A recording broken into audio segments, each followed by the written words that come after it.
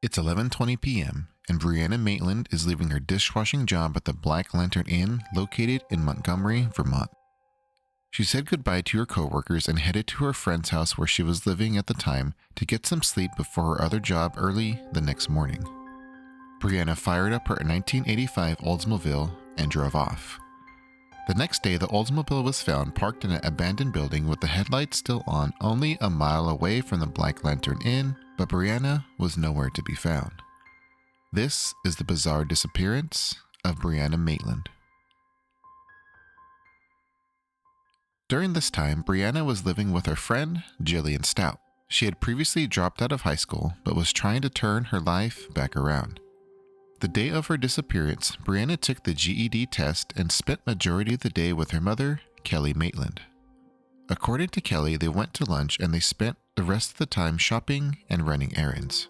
Brianna was in good spirits the whole day, but towards the end of their time together, something would change. While they were waiting to check out at the last store, Brianna noticed something or someone outside that caught her attention. She told her mother she would be right back and went outside. Kelly finished the transaction, and when she got outside, she found her daughter shaken up in a panic. Brianna told her mother she needed to go home to get ready for work, but whatever was bothering Brianna was never stated. Kelly dropped off Brianna at Jillian's house around 3:30, and that was the last time she spoke to her daughter. Before Brianna left for work, she left a note for Jillian stating she would be back later that evening after work. The Black Lantern Inn, like most restaurants, was busy that Friday night. Despite the hectic night, everyone said that Brianna did not act out of the ordinary. After their shift ended, her coworkers invited Brianna to have a late-night dinner with them, but she declined because she had to get rest before her other job as a waitress early the next morning. As she drove out of the parking lot, there was nothing out of the ordinary. Brianna was alone, and there was no other vehicles there besides the ones belonging to the other workers.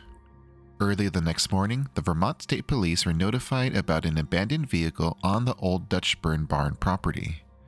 A state trooper found Brianna's car backed into the building. Inside the car were 2 uncashed paychecks from the Black Lantern Inn, her driver's license, mind-grade medicine, her makeup, and contact lenses. Her keys were never located. The state trooper, thinking this was an abandoned car from a drunk driver, didn't think much of it. He headed to the Black Lantern Inn to see if anyone recognized the vehicle, but the inn was already closed. A tow truck was called in to remove the vehicle, and the officer figured the owner would call to claim the vehicle once they sobered up later that day. Brianna's roommate Jillian was visiting family over the weekend, and she didn't return home until Tuesday, March the 23rd. This is when she found the note that Brianna had left her. Not too concerned with her not being there, she figured she had went and stayed at her parents' house for a few days. By Thursday, March 25th, Jillian had not heard anything from Brianna and began to start getting concerned. She called her mother and employers, but no one had seen or heard from Brianna since that fateful Friday night. Brianna's parents, Bruce and Kelly, reported her missing to the Vermont State Police, and this is when they realized that the abandoned car that they found Saturday morning was hers.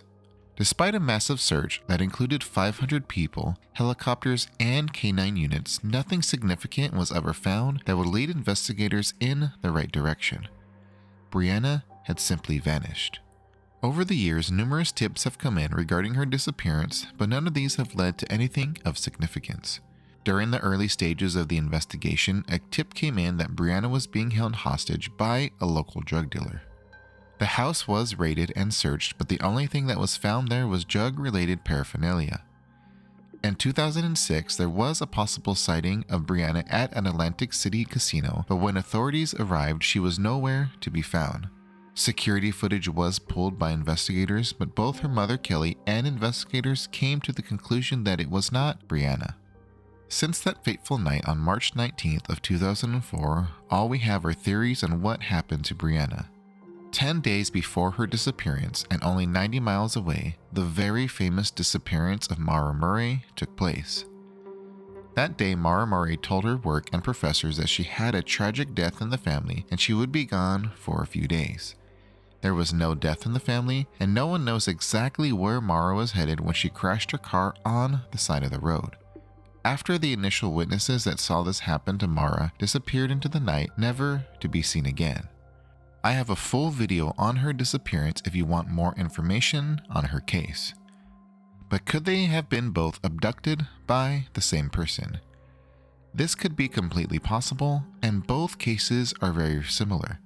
The biggest problem with this theory is that it's all just a theory. There is no evidence of a struggle in either of these cases. The only thing that we truly do know is that they both seem to have vanished into thin air. Investigators have ruled this out as a possibility, but I do think that it still could be very possible that these two cases could be linked in some way. Another theory is that one of Brianna's former friends is behind her disappearance. 3 weeks before she vanished, Brianna was attacked at a party by her former friend Kelly. Even though Brianna was well trained in a few martial arts, she decided not to defend herself and was pretty badly injured, suffering a black eye, some cuts on her face, and a concussion. There are some rumors that after Brianna's disappearance, Kelly was heard saying that Brianna was no more. There is no factual evidence to back up this theory, but it is one of the most interesting ones in this case. Some have thought that Brianna might have left on her own accord, but I don't see anything that can back up this idea. The one thing that I can't stop thinking about related to her case is the incident that her mother Kelly told investigators. Who or what did Brianna see outside of the store, and what happened out there that shook her up so bad?